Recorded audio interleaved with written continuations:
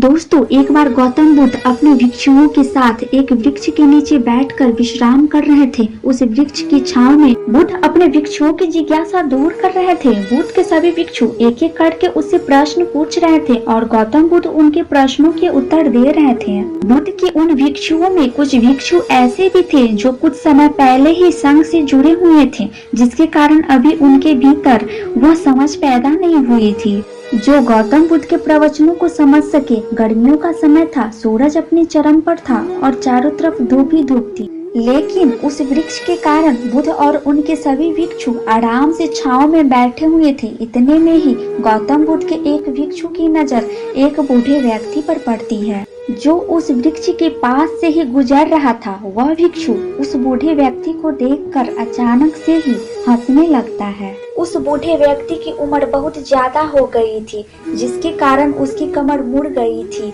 उस बूढ़े व्यक्ति के हाथ में एक डंडा था, जिसका सहारा लेकर वो बूढ़ा व्यक्ति अपनी मंजिल तक पहुंचने का प्रयास कर रहा था। उस बूढ़े व्यक्ति का शरीर केवल हड्डियों का ढांचा मात्र था। अपने भिक्षु को हंसते हुए देखकर बुद्ध उससे कहते हैं कि मेरे प्रिय भिक्षु, कृपया कर हंसो मत, क्योंकि जिस व्यक्ति को देखकर तुम अभी हंस रहे हो वो कोई साधारण व्यक्ति नहीं है, बल्कि वह व्यक्ति इसी क्षण तुम्हारे जीवन को रूपांतरित करने की क्षमता रखता है। जो आज तक मैं तुम्हें सिखा नहीं पाया, वह बूढ़ा व्यक्ति तुम्हें सिखा रहा है। इसके द्वारा दी गई सीख को बेकार न करो। बुद्ध की ये बात सुनकर वह भिक्षु बुद्ध से कहता है कि मुझे क्षमा करे बुद्ध, पर मुझे ये समझ नहीं आ रहा है कि जो एक बूढ़ा व्यक्ति खुद के अपने शरीर और अपनी बीमारी से लाचार है, वो मुझे क्या सिखा सकता है। फिर बुद्ध उस भिक्षु से कहते हैं कि ये बूढ़ा व्यक्ति तुम्हें तुम्हारा भविष्य दिखा रहा है। जिस बुढ़ापे को और लाचारी को देखकर तुम अभी हंस रहे हो, वो बुढ़ापा और लाचारी तुम्हारे में भी आने वाली है। वह बूढ़ा व्यक्ति तुमसे कह रहा है कि अभी समय है, इस स्वस्थ शरीर का अच्छे से कर्म करने के लिए उपयोग करो। अगर तुम्हारा ये स्वस्थ शरीर तुम्हारे हाथ से निकल गया तो फिर वापस नहीं आएगा।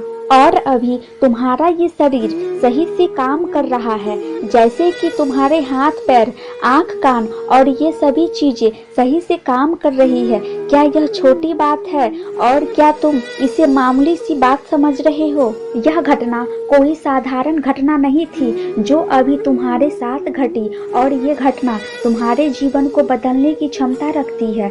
ठीक इसी तरह की घटना के कारण ही मैं आज बुद्ध हूँ। क्षमा करे बुद्ध, परंतु मेरे मन में यह विचार ही नहीं आया कि मैं उस बूढ़े व्यक्ति से कुछ सीख सकता हूँ। उसे देखकर केवल मुझे हंसी आ गई। बुद्ध बोले, ऐसा इसीलिए हुआ क्योंकि तुम्हें अपने भीतर कहीं न कहीं लगता है कि जिस स्थिति में आज वो बूढ़ा व्यक्ति है, उस स्थिति में तुम कभी नहीं आओगे। जिस बुढ़ापे का और लाचारी का सामना आज वो बूढ़ा व्यक्ति कर रहा है, तुम्हें लगता है कि उसका सामना तुम कभी नहीं करोगे, इसीलिए तुम उस बूढ़े व्यक्ति को देखकर हंस पाए हो। सच्चाई को नजरअंदाज कर दिया। अगर तुम सच्चाई को देख लेते तो चाहकर भी अपनी आंखों के आंसुओं को रोक नहीं पाते, परंतु तुमने सत्य को अनदेखा कर दिया और तुम बहुत बड़ी संभावना से चूक गए हो। बुद्ध की ये बात सुनकर वो भिक्षु बुद्ध से क्षमा मांगता है और ये निश्चय करता है कि वो अपने स्वास्थ्य का उपयोग अपने अहंकार को बढ़ाने के लिए नहीं, बल्कि परम सत्य को पाने के लिए करेगा। दोस्तों, इसीलिए बुद्ध ने कहा है कि हमारा स्वास्थ्य हमारा सबसे बड़ा उपहार है जो हमें इस दृष्टि से मिला हुआ है, इसीलिए इसका उपयोग सही से करें।